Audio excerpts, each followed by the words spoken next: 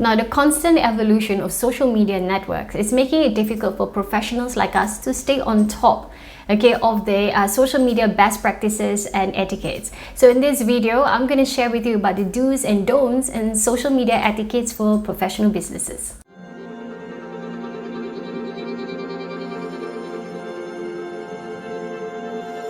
Now, the first thing you need to do is regularly update your social media profile. Nothing is as accurate as updated profile, including uploading a recent picture of how you look like. Now, being upfront with what you do and what you advocate for make it easier to build trust with the community that's lingering on your social network. At the same time as well, they probably will be able to find synergy and collaborate with you in the near future after they truly know what you represent. So number 2 is to separate your business with your personal account. Keep the content relevant to the business or to the community you want to attract. So in this case, professional content will stay on professional platforms, while personal content, for example, like you with your dog in the backyard, those pictures should stay on your personal account on other social media platforms.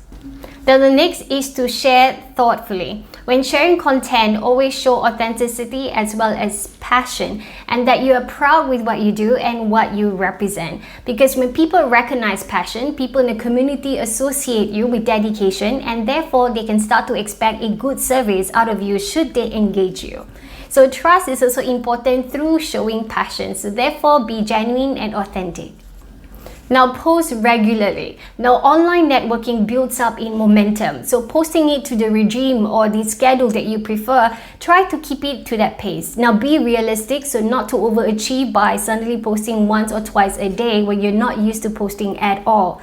So I think generally about 2 to 3 posts a week should suffice, and try to keep up with it for as long as possible. And it's always more challenging to pick up momentum should the engagement dies in your community, as opposed to engagement consistently through regular posting and updates.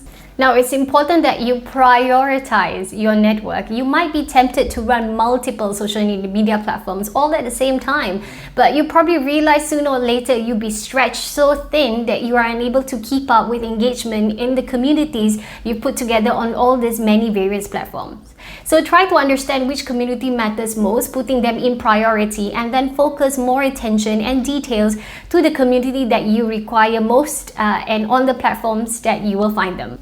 Now that we've talked about the do's, okay, as a great positive ways to build engagement online, so we talk about the don'ts or etiquettes that you should not practice when you're trying to build a community on social media. So number 1, don't be needy. Don't keep on posting and asking people repeatedly to reshare or repost just to bring in more likes and followers to your social media network.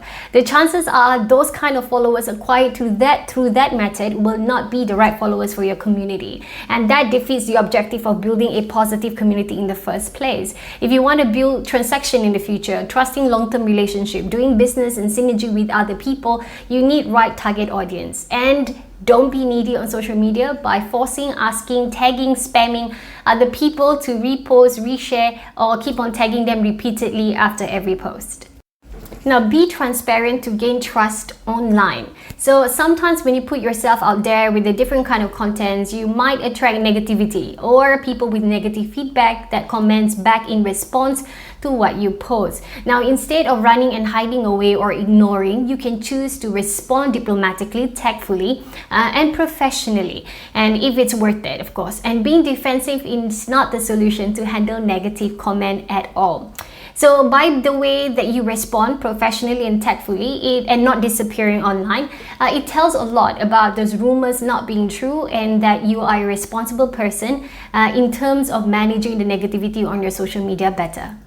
Now, do not complain. Do not use social media as a way to vent anger or to defame someone else or to participate in controversial conversation or say anything offensive about someone else. So it doesn't want to be looking like a place where you complain all the time, because that kind of vibe will not be able to attract the right community that you want. So stay positive, spread positivity, or continuously work at putting out content that add value to the community, making them even more interested to linger in your network for longer. Help more than you sell. Now this is very important because unlike selling through knocking on doors, social media works very differently. It's more about sharing, giving value to a community, building trust before you can actually transact or sell anything. So if you want to put out content more than just talking about promotions and offers that your company provides, how about looking at adding value through sharing information that people can learn and apply in themselves or their business first before they would consider and get to know your business in the future to then possibly buy something from your company.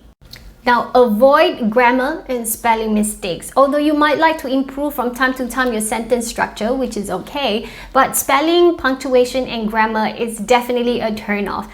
So if expecting to attract very high professional people, preferably those from, most likely those from very high or established business background or business experience or educational background, you might want to make sure that your content is pleasant to read. So therefore, always check back your spelling and your grammar and your punctuation. Make sure that they are in the right places to ensure that it is pleasant to read your content in order for someone, to make time to continue to follow you.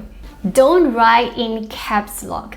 Now, it sounds as if someone is shouting at you when you actually type a social media post with capital letters. So as much as possible, avoid capital letters, okay, because it doesn't sound friendly at all. So keep it to normal standard text so that it sounds and appear as something subtle.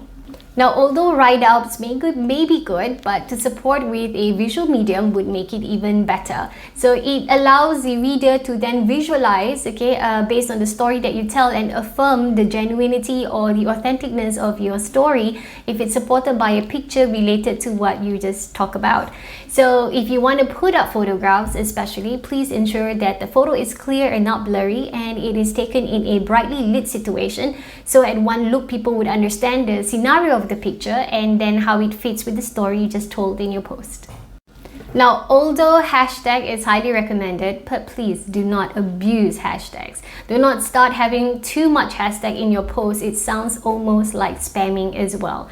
So if you want to put hashtags, my suggestion is to keep it a maximum of 10 hashtags for every post. Instead of filling up your post with way too many hashtags, consider about putting up more genuine content that sells you better or that represents what you advocate for, in order to allow your community to get to know you more as a person instead of reading all those endless hashtags in a post.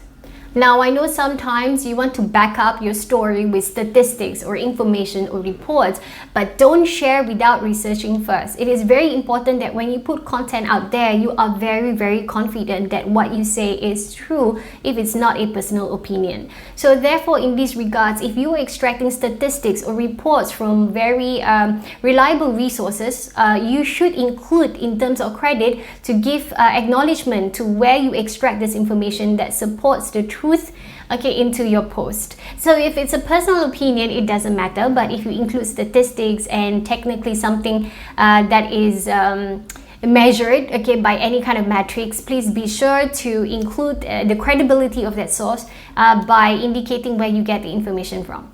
Now, lastly, do not get too obsessed with numbers. I know everybody's excited when they check back their last post to realize how many people have been liking, enjoying, sharing, and appreciating that post.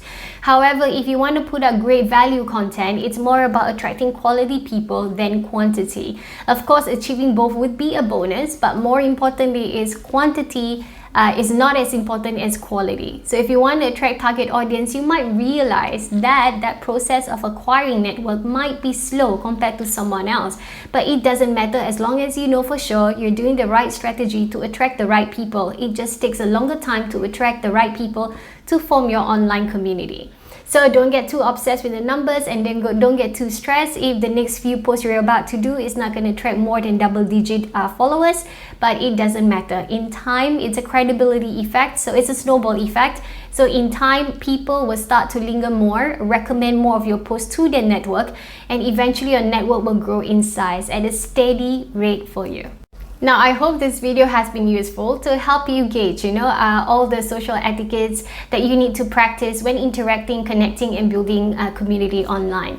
Thank you for subscribing to my channel. I hope that if you've not subscribed yet, please do, and turn on the notifications so that you'll be notified of my future videos that I release every week discussing about business, influencing, and as well personal branding. So if you have any questions, please leave them down below, and if you have any tips to add on about the do's and don'ts of practices on social media etiquettes, please feel free to list them as well. Now, if you want a copy of a few pages of course notes which I wrote this information in detail, I'll be happy to share you a few copies of these course notes simply by contacting me below. Leave a comment that you want the course notes, and we'll be in touch to let you know where to download it. So thank you so much for following my channel and this video. I hope it brought great value to you, and see you again in the future videos.